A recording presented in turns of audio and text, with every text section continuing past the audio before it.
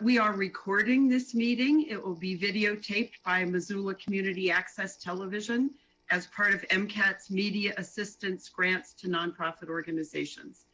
MCAT serves the Missoula area on cable channels 189 and 190. You can also find videos of past City Club Missoula forums by clicking the video button on our website, cityclubmissoula.com.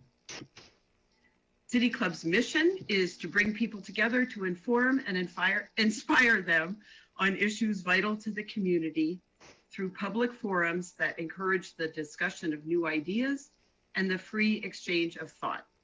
We are committed to doing this in a way that fosters civil discourse and mutual respect, where civically engaged people of goodwill, that's all of you, can gather, learn from each other, and discuss issues with each other, often from very different perspectives. I want to thank our sponsors listed on the slide. A special thank you to our executive level sponsors, Blackfoot, First Security Bank, and the University of Montana. Thanks to all of our sponsors for staying with us. We don't know how much longer we'll be meeting via Zoom. I say that every month. It has the advantage of making our forums more accessible and diversifying our audience, which is a good thing.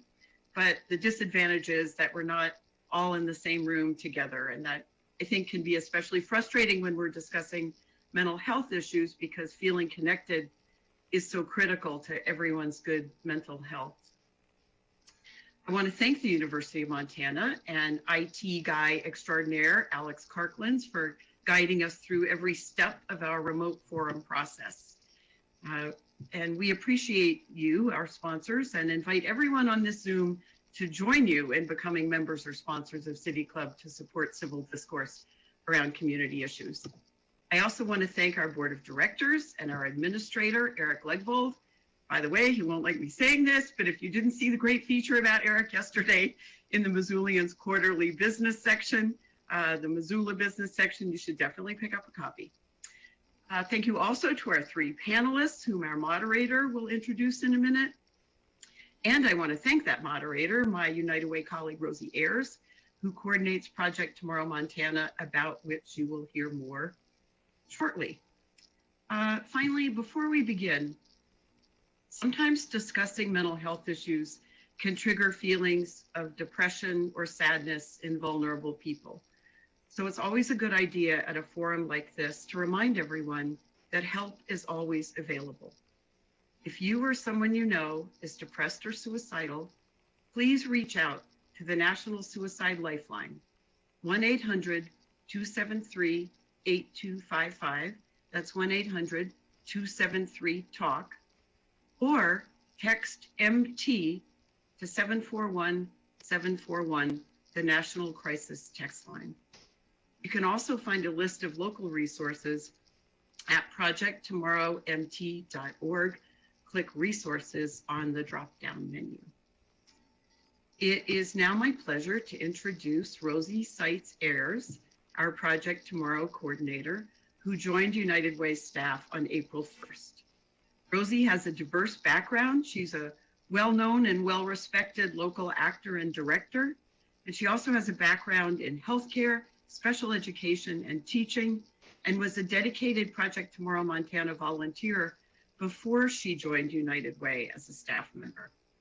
You may have seen Rosie in the one-woman play Every Brilliant Thing, which shone a light of hope and even laughter on the subject of suicide and depression, and which Rosie toured around the state last summer, performing it here, sponsored by Blackfoot, in Missoula at MCT for 2 nights during Suicide Prevention Week last year. We are so excited to have Rosie on board, especially during a time that is very difficult for so many people who struggle with depression and suicidal thoughts. So take it away, Rosie, and thanks again to all of you for being here. Thank you, Susan. Welcome, everybody. Great to have you with us today. And I was so overjoyed to be able to be of use and take on this job with a crisis response organization in the middle of a community crisis. Project Tomorrow Montana, this initiative was established to reduce the number of suicides and suicide attempts in Western Montana through collaborative efforts that promote, support, increase awareness, prevention, intervention, and of course, recovery. Under this model, Project Tomorrow has educated hundreds of healthcare professionals, school counselors, community members on how to identify suicide warning signs and safe intervention strategies. Together, we fight for a better tomorrow for Missoula and for Western Montana. So thank you guys all for joining us. Today we have an amazing group of panelists to talk about mental health in our community. We have Levi Anderson, who is the Chief Executive Officer of Western Montana's Mental Health, a role that he assumed in 2018 following nearly 20 years in the medical device and pharmaceutical industries. Levi is certified in healthcare management as a fellow in the American College of Healthcare Executives and has broad leadership experience in diversified healthcare environments. He is a two-time graduate of the Montana University system, and lucky for him, one of those degrees is in zoological studies, which is currently helping him with his middle school and 2 high school students, who he is so happy to be back in Missoula raising in the last best place.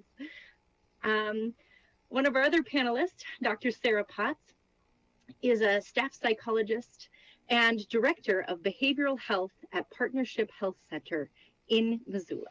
She graduated with her PhD in clinical counseling and psychology from Utah State University. She specializes in behavioral pediatrics in her residency and postdoctoral fellowship at the Boys Town Center for Behavioral Health in Omaha, Nebraska. She is passionate about working with children and families with a variety of emotional and behavioral concerns, medical co-diagnosis, and family challenges. She specializes in parent training support, mindfulness, self-compassion, applied behavioral interventions, acceptance and commitment therapy, and pediatric assessment. She has a particular interest in improving access and quality of behavioral health services in rural and underserved areas through training, outreach, clinical analytics, and telehealth. She is also, of course, niece to the very famous Mrs. Potts from Beauty and the Beast, but no, she cannot get you a meeting with her. I already tried. And of course, our last but not least panelist, Rob Watson. He was named Montana's Superintendent of the Year in 2019, and we are so honored to have him serving as our Superintendent of Missoula County Public Schools currently. Rob has a bachelor's degree in secondary education from Montana State University, a master's degree in educational leadership from the University of Alaska, and received his doctorate degree in educational leadership from the University of Montana. Currently, Rob is a member of the Certification Standards and Practices Advisory Council for the Montana Board of Public Education.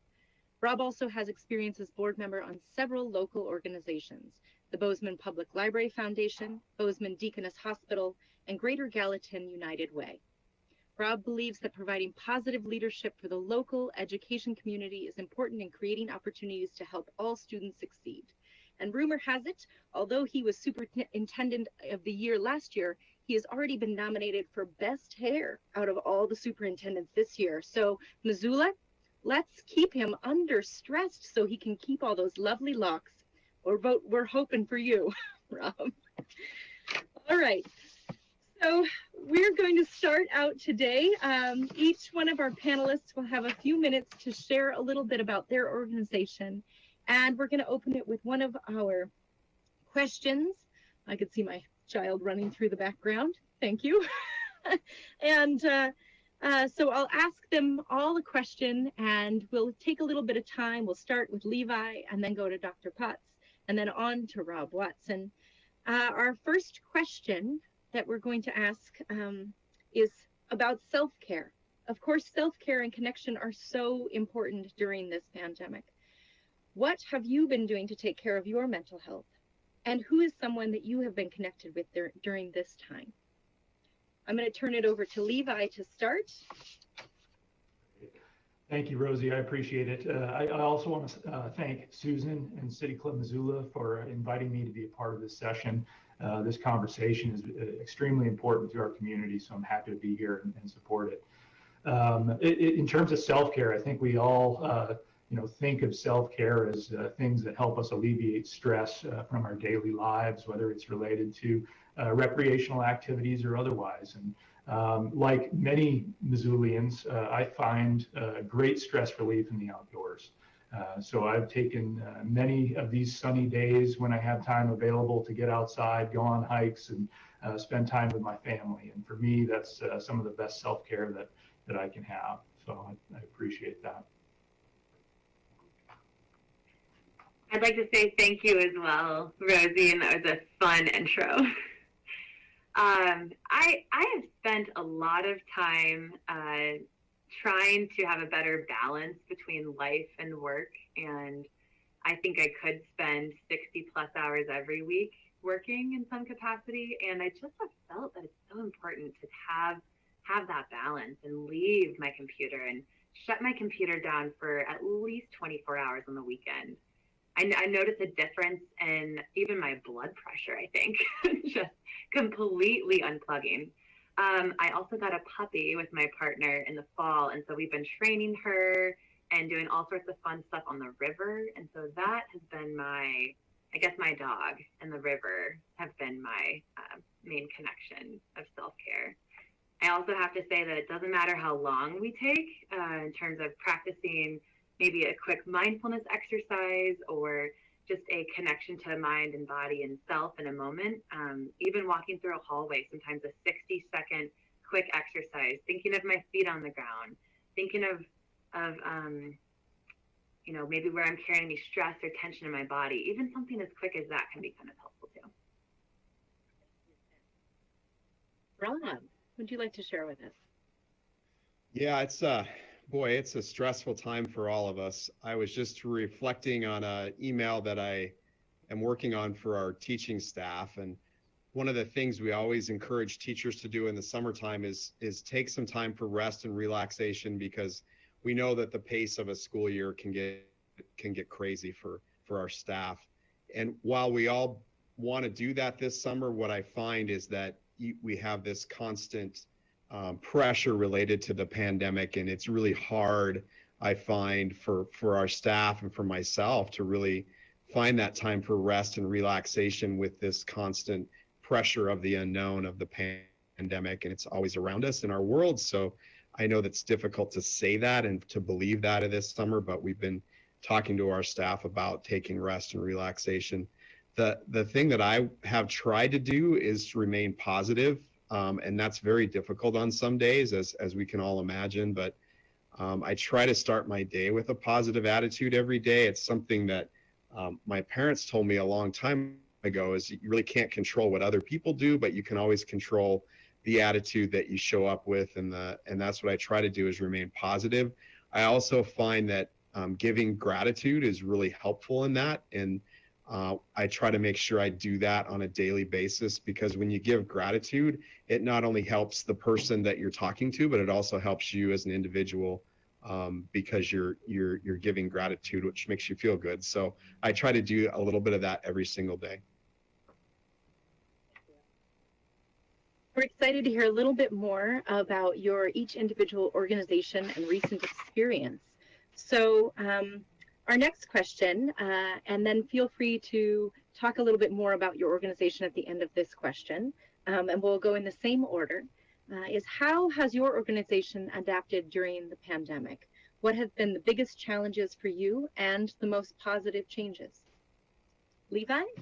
Great. Thank you, Rosie. And I think I'll take this opportunity to initiate my screen share and my slideshow, because I will address some of those things throughout this presentation. Had a few quick slides to share with everybody today.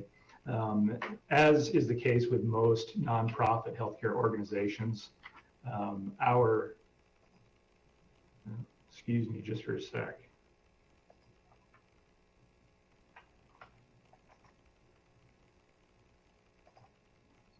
Everything we do at Western Montana Mental Health Center starts with our mission. We build thriving communities through compassionate, whole person, expert care.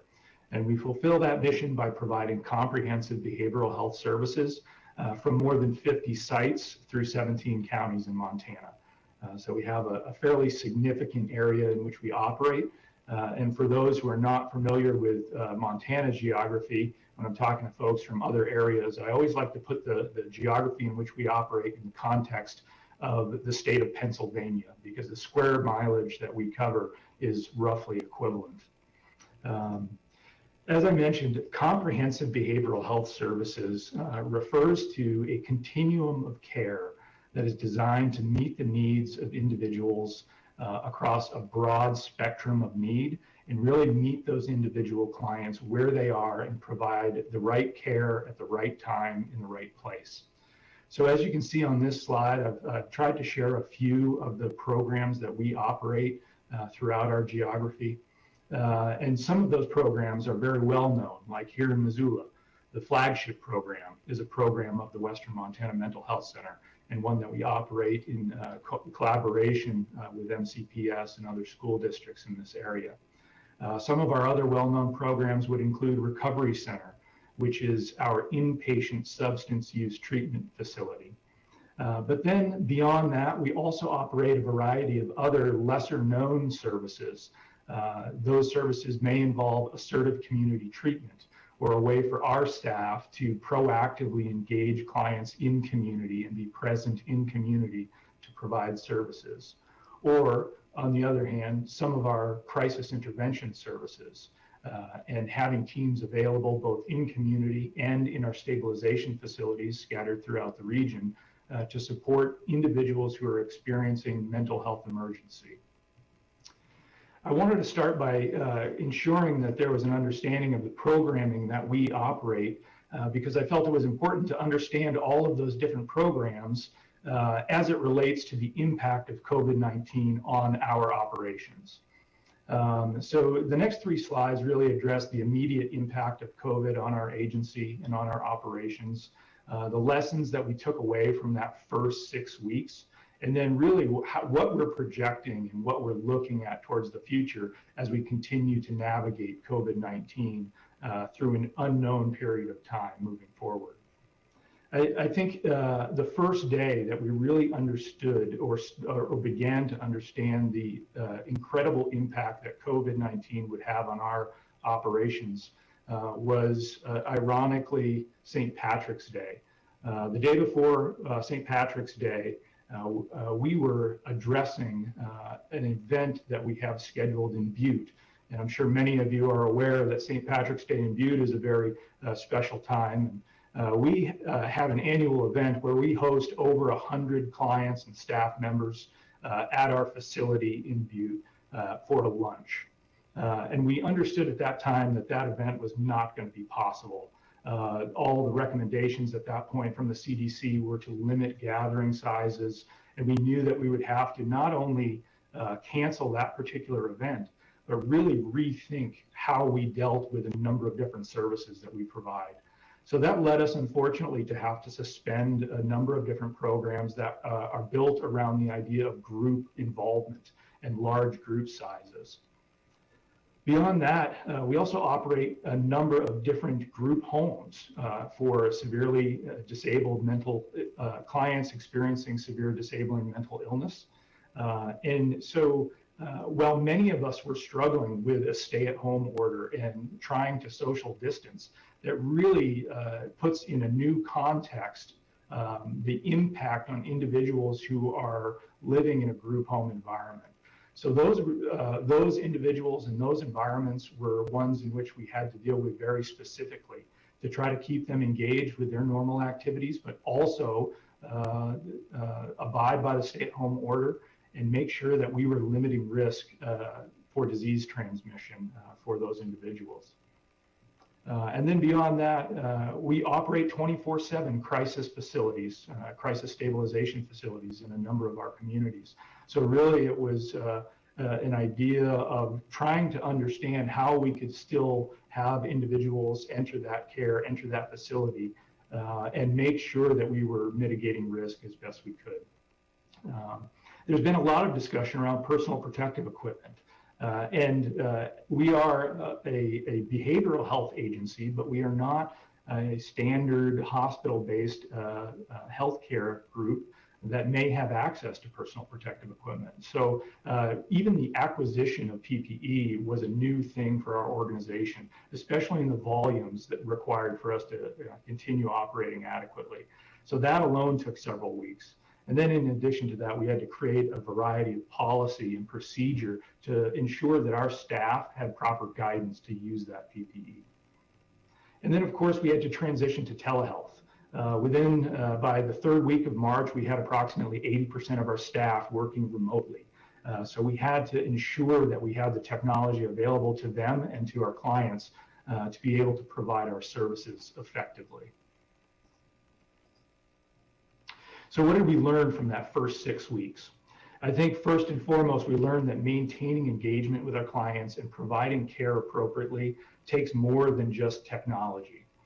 There were a number of gaps that we had, and we really had to be creative and work collaboratively with different partners to address some of those challenges. We're fortunate to have partners like Blackfoot, who is sponsoring this event today, to help us provide broadband to areas in which some of our clients did not have that access.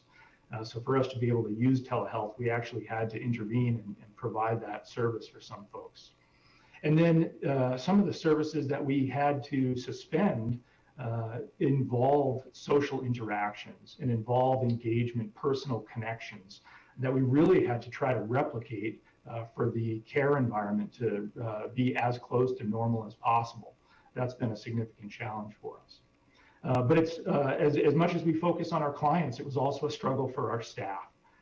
So staffing during this time has been a significant challenge, and we've learned that staffing these types of services requires a lot of flexibility on everyone's part.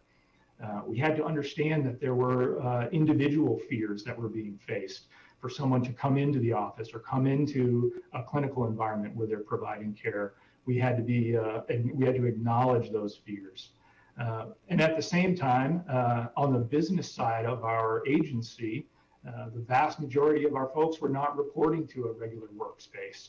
So we had to devise ways to maintain accountability through that remote work environment. And finally, as a community service provider, it became critically important for us to communicate and communicate and communicate again. We reached out to a number of different partners and established ongoing communications and meetings, and really trying to do the best we can to have some awareness of the services that we have available for all those in our community. And then finally, as we look towards the future, some things that we're learning and some things that we're projecting. Number one, we've always used telehealth, but this crisis, this last 4 months, has allowed us to use telehealth in a brand new, expanded way. So telehealth is here to stay. I think for us to be most effective in this care environment, we'll have to work with our legislators to make some changes on how we can improve access for rural communities. It's been critically important for us to have flexibility in the use of telehealth and the use of telephones to provide clinical interventions. And that's something that we see as being very beneficial moving forward. Those technologies also allow us to leverage our clinical staff across the entire geography that we cover. So now our clinicians who are here in Missoula can not only help our neighbors within Missoula City and within Missoula County, but also reach out to other areas like Mineral County and Lake County and Ravalli County, where there may be needs as well. I can tell you the last 4 months, we've put a tremendous amount of work in our disaster preparedness plans. This is something that historically our agency has not had readily available or formalized in any significant way. So now our emergency response plans are much more robust. We've had to improve our supply chains so that we have access to PPE and other things needed to ensure our services are up and running. And then finally, we were able to implement surveillance testing and screening processes so that we're eliminating risk or limiting risk of disease transmission as best we can. And that's critically important to us. But unfortunately, I think many of us are seeing, and this is becoming a national conversation, that our agency is preparing for an increased need of mental health services.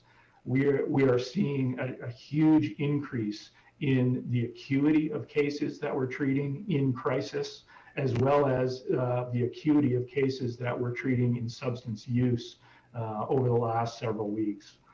We anticipate that unfortunately this may continue. As social isolation and social distancing continue to be a major part of our lives, we're starting to see stresses throughout our communities that we're trying to prepare for. And that's one of the reasons why Western Montana Mental Health Center opened our behavioral health urgent care clinics throughout a number of different areas, Missoula being one of them. We're committed to providing same-day access to mental health services so that hopefully we can intervene upstream and in advance of anyone truly experiencing a mental health emergency. Of course, we have crisis services, but it's in everyone's best interest if we can intervene at an earlier time and do some prevention work with those individuals. So thank you for your time, and I'll stop my screen share. Thank you, Levi. Being on the committee for the Mental and Behavioral Health Task Force with COAD, I was really impressed to watch how quickly the behavioral and mental health urgent care that you guys created was up and running after the pandemic started. It was really amazing to watch all your employees come together with the whole community and be a part of that. So thank you again. And could you just touch really quickly again on the expansion of your crisis line and what has happened in COVID during that? Yeah, I appreciate the opportunity to do that, but we've always operated crisis intervention services, meaning we have teams available to perform mental health evaluations for individuals experiencing mental health emergencies, and perform those assessments in a way that we can understand what level of care is needed, if they need to be admitted into a behavioral health unit, if those individuals might need to be involved in our community-based crisis stabilization facilities, or perhaps even be referred to the Montana State Hospital. But I think across the entire state, certainly throughout our region right now, we've identified a need to bring more specific resources to crisis services, and that's something that we're really trying to build and add new types of services there. But recently, throughout the COVID crisis, and especially during the stay-at-home order, we started to see a significant increase in case acuity, and many individuals who previously might have been seeking a therapeutic intervention well before experiencing that emergency are now waiting because they're isolating. They're reluctant to go into a care environment. We're seeing more people hit that point of mental health emergency, and our resources are starting to become taxed as a result of that. We're seeing a huge increase in that need, so we're trying to address it. Great. Thank you so much. And if you wouldn't mind putting in the chat that crisis line for your organization, just so everybody can see it. Thank you so much, Levi. Dr. Potts, same question to you. How has your organization adapted during the pandemic? What has been the biggest challenge for you and the most positive change? And then feel free to share your screen and a little more information with us. Okay. Thank you. Yeah, I'll go ahead and share my screen here. A lot of what I put in the slideshow. Sorry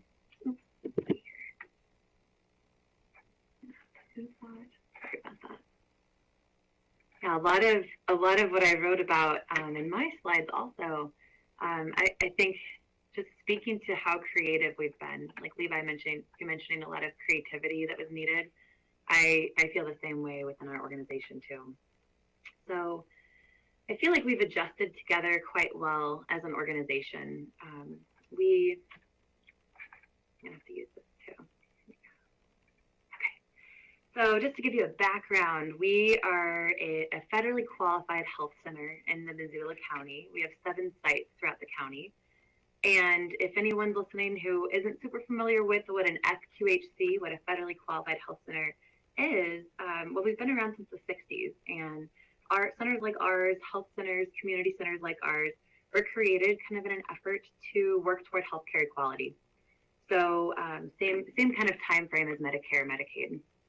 We were born in 1989, and so now just 31 years later, we serve over 16,000 patients, and patients of all ages.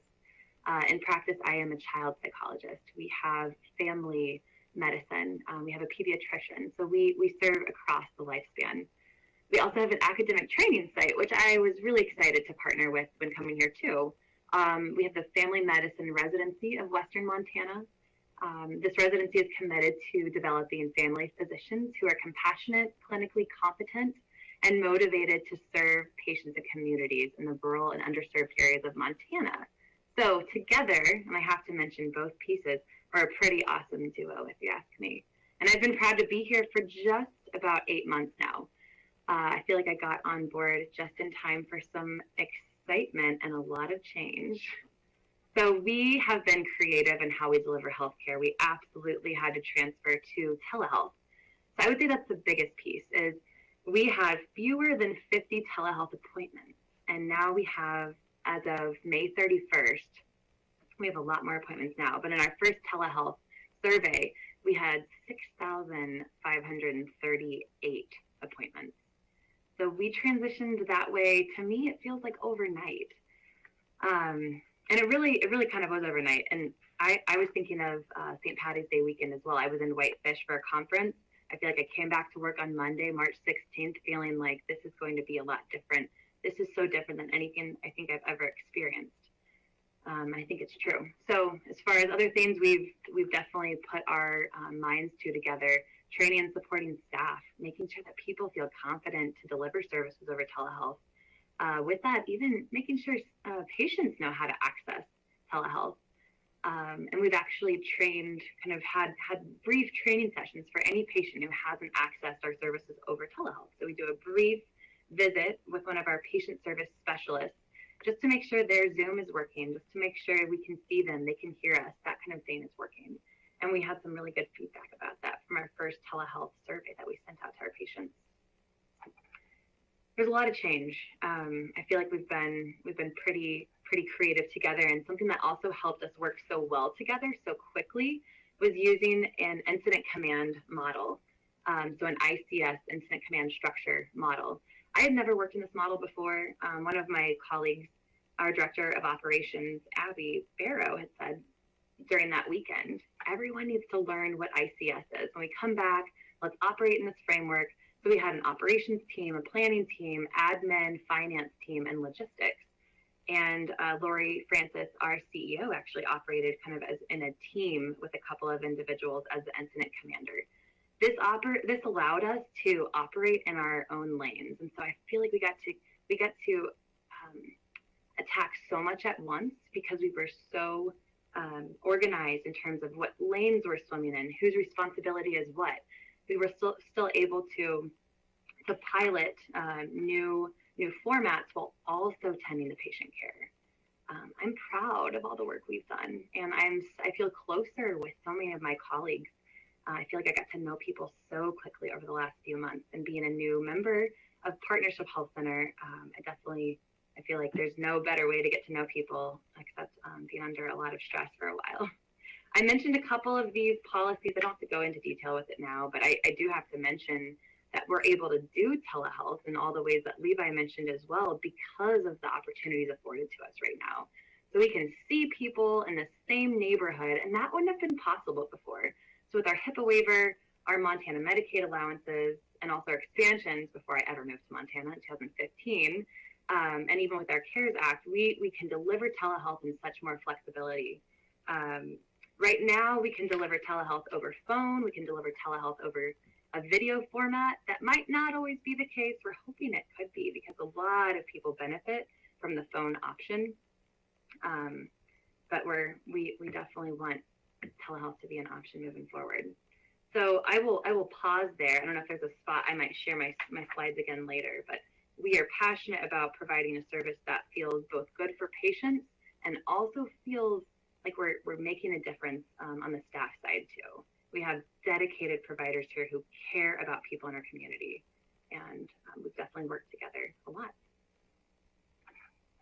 Dr. Potts. We're so grateful to have you on that team, and it's just been wonderful to have you a part of partnership and our community in general. We're so glad that you moved back and became a part of our community. And I had mentioned before our COAD task force, the mental behavioral task force that I personally worked on and is still in existence. COAD stands for the Community Organizations Active in Disasters, and we have representatives from all over our area that come together to really attend to the best needs in our community with the best practices. So thank you so much for that. We're gonna turn it over to Rob. Same question. Mr. Watson, how has your organization adapted during the pandemic? What has been the biggest challenge for you and the most positive changes? Great questions. I would start by saying that what I've really appreciated about being a newcomer to Missoula has been the coordination with local leaders, and feel really privileged to be a part of some of those discussions and some of those acronyms that were just mentioned. I thought we had a lot of acronyms in education, but there's even more so in incident command structure. So I have appreciated it. What I've really appreciated is the opportunity to bounce ideas off of or share things with our community leaders. I think that when we're all coordinated, it really does work better. While we may not always agree with each other, I think the coordination has been really, really helpful. So as a new leader in the community, I've just really appreciated that opportunity. It's been very interesting for us, the entire experience, and I just wanted to share a couple of highlights and then also talk a little bit about what we learned from the process, which I think will answer the question. So if I can advance my screen here. Hopefully you'll see a picture of a bus. And what I wanted to do is talk just a little bit about what we learned in remote learning. So just like everyone else, we went to a remote learning or a teleschool option in the middle of our spring break. So that middle of March was our spring break, and we went into a school closure mode as ordered by the governor. So what I wanted to do is just share some facts and figures that happened during that time. So we gave out or handed out for students to borrow about 1,500 devices, computers that were needed by families to get access to the remote learning. In addition, we found a fairly large part of our population that needed internet access. So we were able to secure some hotspots to provide that internet access for families. About 125 were given out. And I know that's not a huge chunk of our population, but it was definitely needed by those kids and families to get access to the remote learning. We quickly transitioned with Beach Transportation's help. We transitioned to a lunch delivery model. And what was really great about this model is we actually delivered to the neighborhoods. So we went to the bus stop. So where a kid would normally come to pick up the bus, they could come in the middle of the day to pick up a lunch and breakfast for the next day. And I will tell you that was accessed by many, many families. It was free for all kids. It didn't matter if they were Missoula County Public Schools kids or not. Any kid under the age of 18 had access to that. Because of a grant through the federal lunch program, we were able to give access to any kid that needed it. And we had families come and get that throughout the entire closure, 57 days of lunch and breakfast. In that time, we served over 92,000 bags of food, and those bags included lunch for the day and breakfast for the next day. So I really am internally grateful for Beach Transportation for helping us get that done. I would tell you also our food service staff and the staff that were on the buses were volunteer staff. We sent the word out, and we quickly had people that wanted to do that work. And we had staff that were committed to all 57 days of getting those lunches out. So really appreciate that help from those folks. We could have never got it done without them. What we learned. So we're still learning about what happened in remote learning. And I want to just reference a couple of national pieces of data that I've been reading about. Now, obviously, our students were in remote learning, and so we haven't really had a chance to meet with them again to assess what they learned and what they didn't learn in remote learning. But there have been some national studies on this, and I want to talk briefly about the learning loss that did occur, not just here in Missoula, but across the nation. So what you'll all recognize and probably already know is that we already experienced a little bit of learning loss over the summer months. So there's been a lot of national research on summer learning loss, and typically students lose about a month's worth of learning during the summertime. So the way that we measure that is when a student comes back in the fall, we can actually measure how many days it will take for them to get caught up to where they were in the spring. And usually, depending on the student, it's anywhere from 30 days to 45 days. That's the summer learning loss. What we're hearing and what they're predicting for the COVID remote learning shutdown is 3 months worth of loss for reading and 5 months worth of loss for math. And that again depends on the grade level and the age of the student. But generally speaking, as students are just starting out in kindergarten, first and second grade, they're just learning how to read. If they don't have that continual practice in reading, then that's where the learning loss can be even worse. So we know that there will be some learning loss. And then the last thing that really makes this COVID experience kind of unique is that the decline will be at different rates. And the reason is because some students had better access or engaged more in the remote learning versus other students. And so we know that when the students come back, there will be a vastly different population in terms of ability level at different rates. So that's one thing that we have learned from remote learning and the learning loss. And these are the way they determine these national studies is they looked specifically at previous cases of learning loss. Like, for example, when Hurricane Katrina happened, there was a significant amount of learning loss in that part of the country as students couldn't go back to school. So that's how they've done some of these predictability models, and this is what they expect when students come back at the national level. And then the other thing which is very relevant to our discussion today is we know that this remote learning and the pandemic has had impacts on students' mental health. They're predicting for 3 reasons. We're in the middle of a public health crisis, which is a traumatic event. Our students experience social isolation during the closure, and then obviously possibly an economic recession, which also can have impacts on students' mental health.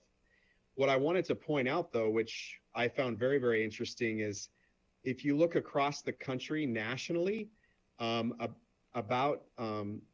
you look at all the students nationally that receive mental health services, 57% of the students that do receive mental health services receive them at the school in some form. So our schools are offering quite a bit of mental health services for students, and I just want to recognize that when we went into remote learning, obviously some of that continued through telehealth, but a lot of it students didn't have access to. We also did 2 surveys, and I just want to talk briefly because I think this speaks to the stress that's out there in our community. We did a survey of our parents in the first 2 weeks of June. We had enough respond to this survey that we feel like it's a pretty good representative sample of our parents. And I'm just going to go through a couple of highlights. 38% said that they were satisfied or very satisfied with remote learning. So that's a big chunk that obviously we're not.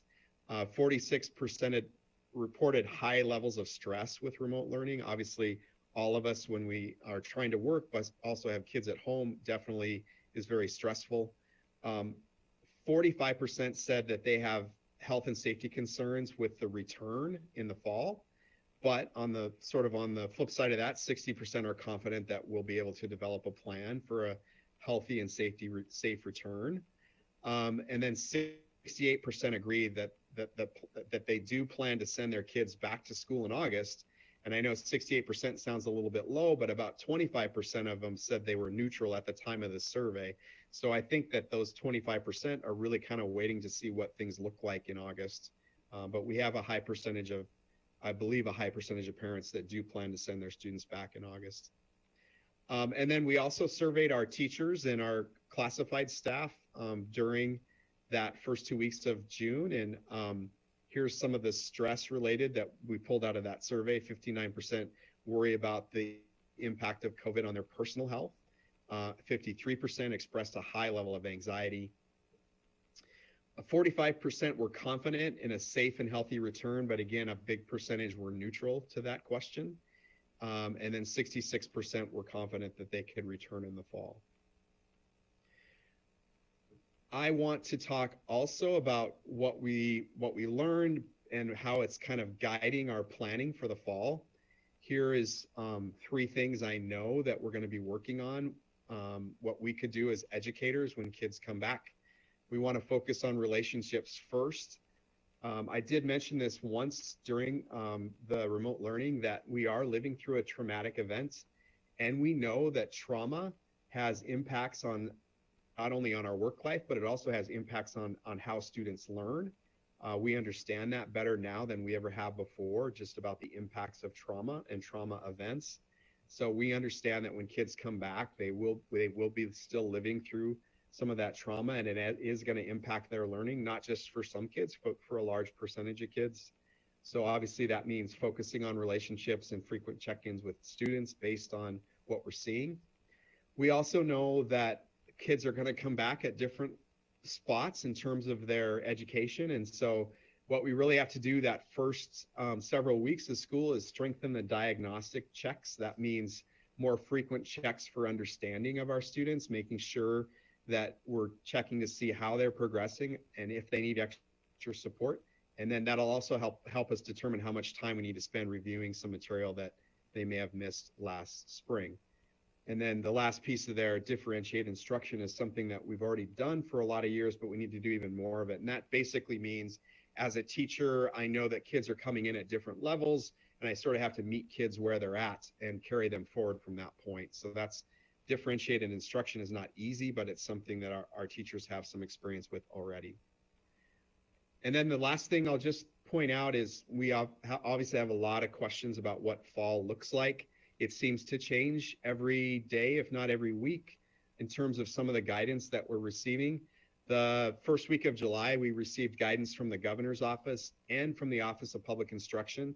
The guidance was somewhat similar and somewhat different in terms of what we should be doing in the fall. Both of those pieces of guidance were based on guidance from the CDC. We also received some guidance from the American Academy of Pediatrics, which is just another source of information. I appreciated the guidance that we received from the American Academy of Pediatrics because it was more specific with regards to certain things that we should be thinking about. But we're using all of that guidance to really plan for the fall. We haven't released anything formal yet, but we are starting to create some documents that will give folks an idea of what it might look like. But what I have learned is that we have to be very flexible, and we're going to have to plan for multiple scenarios as the case counts go up or the case counts go down, or guidance or direction that we get from the local county health department. We're really going to have to be flexible. We are planning, this is new for us, we're planning a ramp-up program for a select number of students, and these are students that we identified as students that really struggled in the spring, and we've invited those kids to come back a few weeks early, and we're going to start that in August. And I think this will be really great because it'll help us define what the fall will look like and help us determine what works and what doesn't work with kids. So we're planning that at every single school, elementary and middle school, ramp-up program that includes our staff and some other key folks in the building. Pretty small programs, probably less than 8 to 10 kids per teacher, and it's just a 2-week trial basis for that ramp-up. We're putting a lot of health protocols in place, as you can imagine. We're complying with the mask order that came out last week. We've already been doing that with some of our summer programs in place. And then we also are looking at other precautions. The CDC and the governor and the state Office of Public Instruction have really encouraged us to limit sizes of groups, but also limit the mixing of groups. So we're trying to look at both of those scenarios. I think we can bring students back in a full capacity, but we may have to limit the mixing of groups, which is easier at elementary and it's a little harder at middle school and high school. And then we're also limiting the visitors into the school. What we're hearing is that the transmission between adults seems to be a lot more prevalent than the transmission between kids. So we want to limit the adult visitors in the schools during this first phase. If there is a confirmed case in school, we expect there will be a short-term closure, could be 2 to 5 days, to allow for the health department to do some contact tracing. We will offer a remote learning option for any of those students who cannot attend. We know that that's important, that they still have options for education, so we're working on that as well. And then the last thing I already mentioned, we know we're going to have to be very flexible and adaptable because things will look a lot different in the fall. So to be specific, I mean, I think we're still waiting for guidance from the Missoula County Health Department, but what we're hoping for is everyday instruction for every student. But we are really looking at the schedule. It may be a shortened schedule in some situations, or we may alter the rotation of the schedule. So at middle school and high school, you know that our students rotate between classes, and we may limit that so students are only mixing with a couple of different groups per day, just in order to get the mixing of groups down. We can't social distance in a lot of our classrooms. Our classrooms are just not big enough to socially distance. So what we're probably going to end up doing is focusing on other risk mitigation strategies, like the use of masks in the classroom, so that we're limiting the transmission. And then, as I mentioned before, just limiting the mixing of groups. We know that recess is going to look different, lunchtime is going to look different, after school activities are going to look different. We just don't know exactly what those will look like yet, as we're still working through some of those plans and waiting for guidance from the health department, and also sort of watching to see what happens with the spread of the community spread of COVID. So I think that answers most of it. I'm going to stop there. Absolutely. And we all know that during this time of civil unrest and the COVID, we often have more questions right now than we do have answers, but we are united in finding creative solutions. I'm going to pass it back to Susan Hay-Patrick to say a few more words and introduce our question and answer section. Thanks, everybody. Really very, very interesting, thought-provoking conversation, and we really appreciate it. Those of you who are regulars at City Club know that Q&A is a very rich part of every City Club forum. So please use the Q&A function, not the chat, the Q&A, to type in your questions. I encourage you to not be anonymous, but to have the courage of your convictions. 2 of our board members will forward them to Rosie to pose to our panel. It's often unlikely that all questions can be answered due to time limitations, but we will, we'll do the best that we can to get through them. We are looking for questions, not position statements, but succinct civil questions. And if you're here representing the media, please wait to ask your questions until after the forum. We're happy to connect you with our panelists. So I think that Brett and Peggy, 2 of our City Club board members, have been taking a look at the questions and sending them on to Rosie. So let the Q&A begin. Thank you, Susan. Yeah, we've already had quite a few questions, so I'm going to try to condense a few of them that are similar and make sure that we give everybody an opportunity to share, and I'll continue to look at those questions as they come in. So thank you guys for continuing to respond with your questions. One of the several of the questions that we've gotten already are about the trauma impact of this pandemic as it relates to people's ability to learn and even perform tasks within your organizations.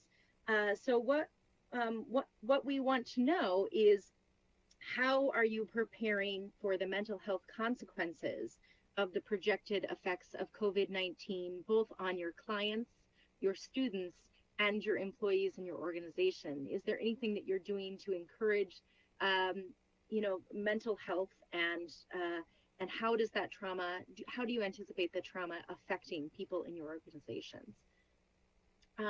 And who would like to start? That's a question for all of our panelists. I could start with that. Thank you, Sarah.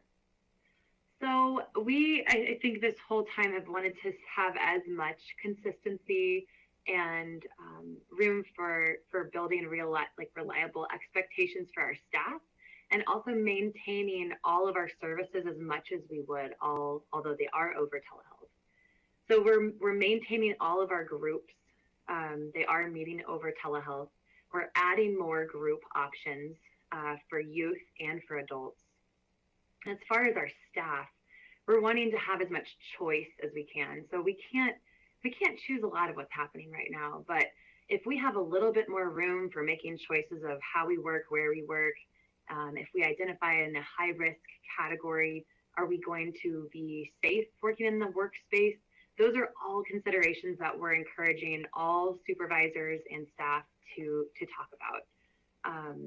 We do have a system right now for anybody who may identify in a high risk category. We're trying to keep as many people working as typically as they would.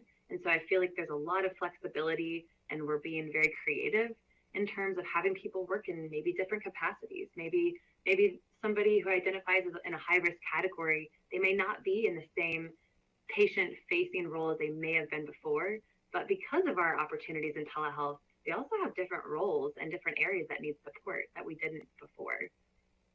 So we're trying to maintain as much consistency, and also trying to get back to a more structure that people can rely on in the work setting.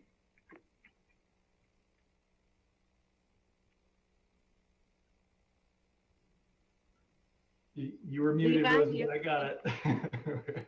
Yeah, so very, very similar to what Sarah was saying. I think from my perspective, operationally, it's perhaps easier to understand how we can enhance access for clients and individuals who may need services, behavioral health services or mental health services. So we put a lot of effort into identifying ways and operationalizing ways to improve access to our services. I think our commitment to same-day access really captures that effort. We want to make sure that we're providing care when it's needed, rather than looking at trying to schedule an appointment for 2 weeks from now. That's not effective for somebody who identifies that they need assistance today. So our commitment to that same-day access has been really important. But I am willing to admit that it is frequently challenging from the staff side, looking at how we can help our staff understand what their work-life balance needs to be. How do they self-identify in the idea that they're experiencing an undue level of stress or a heightened level of stress? And then beyond the identification, how do we encourage them to seek some stress relief and some self-care options? So those are things that we work on every day. I think communication is a big part of that. And I mentioned that in my slideshow. The idea of sending emails to our staff, checking with our staff, having our leadership group check in with staff on a regular basis and provide different resources, whether it's through the CDC website. The Montana Department of Health and Human Services has a great website with a lot of different options for self-care and stress relief. So we try to encourage the use of those resources as best we can. Thank you, Levi. And Rob, a little specific about that particular question for you. One of our attendees noticed that you had mentioned about taking respite over the summer and encouraging your teachers to do so as well. Is there anything they wondered that you are doing to make respite more accessible to your staff? And, whether it's providing pay increases or lobbying the state or government for funding to support the students? And how are you reimagining what supporting mental health with students and your employees looks like over this next coming year? Big question. Yeah, that is an excellent question. I would tell you that mental health services for our staff is something that we were actually looking at pre-COVID. This last year was our first year in our district that we launched an employee assistance program that provides free counseling. I think it's up to 3 to 5 sessions of free counseling for any staff member. And that was all pre-COVID. That's something that we found was very useful this last year. It's anonymous, it's confidential. Our staff is accessing it. So that's something we will continue. As far as our students, I think one of the things that made me most nervous in the remote learning part of our environment was we didn't have that opportunity for frequent check-ins. It's so much easier to check in with a student when they're in your classroom every day or every other day. So that was really scary for us. We did the best we could to check in with as many kids as we could, but quite honestly, I know that there were some kids that fell through the cracks, not just academically, but also for their just mental health support and social isolation. So that's something that we will have to do a better job with this fall. If we are in a remote learning situation, we'll have to figure out ways to develop that system so that we don't have any kids that fall through the cracks. Thank you, Rob. And I have been a Spark theater teaching artist with the district for quite a few years now, and I was quite impressed that not only was Spark offering videos about social emotional learning and isolation, and those videos are still up, they were offering interactions individually with kids. Artists around the community were really pooling to try to find creative ways to support teachers as well. They were doing mindfulness activities and groups with teachers, especially in the beginning of COVID, to help them to be able to focus and put their own oxygen mask on first to be able to help the kids. So there's a lot of creative solutions out there. And our next question comes from, let me just move my screen here, from William Lawrence. He says, I work with an organization whose members are seniors who live independently and some are shut in with limited technology support. What services are available to a senior who is shut in or who just needs someone to talk to? I'd be happy to talk about that too. So I hope, William, that you don't already work with Missoula Aging Services, and maybe you do. But in the instance that you don't, Missoula Aging Services is here in Missoula, and they have a plethora of support services for seniors around Missoula, actually in the whole county. We've actually partnered with Missoula Aging to serve outside of the city of Missoula. We have a lot of patients who live in the Sealy area. They have a lot of neat programs, but one neat program they have is Meals on Wheels. And this is an opportunity for individuals who may not have the accessibility to get outside the house to go get groceries or